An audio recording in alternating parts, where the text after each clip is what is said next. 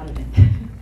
One of the biggest concerns I have about Florida in general, and is there's increasingly a blurred line between the private sector and government. If you talk about a private business, then stop using public funds to fund projects in a private business. This is an increasing trend that I'm seeing in every industry, and space is not an exception. In fact, it's probably an even bigger culprit than most.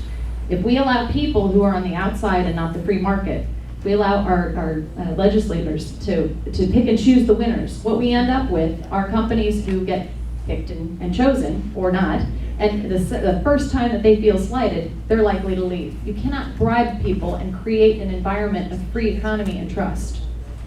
And this is just a big problem across the board. There are ways to make this an environment for everybody, to make it an attractive environment for everybody. And I don't think it's any different for space. First of all, we have no income tax in Florida.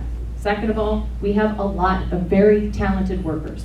When I was at Hewlett-Packard, one of the most rare resources that we had, we were desperate to find people who were engineers that could come in and replace the people who were retiring. And the problem is we couldn't find them. And so what did we do? We actually went to Washington to lobby to let us bring them in from other countries. And this is absurd. So we're not pairing up those resources with the supply that we have here. And they're obviously not finding it a good enough business climate for them to install themselves despite these wonderful things that we have here.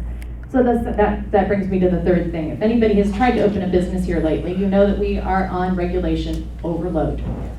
The amount of regulation required for somebody to open a business, you're practically out of business before you even open the door, and it's absolutely out of control, and it has to stop. And this requires somebody in your legislature to work with the local county commissioners and your local leaders to make sure that we figure out a way to bring that down and get rid of any useless regulations that are on the books that aren't being enforced. That's the easy thing to do first, right? If there's no enforcement mechanism, get rid of it.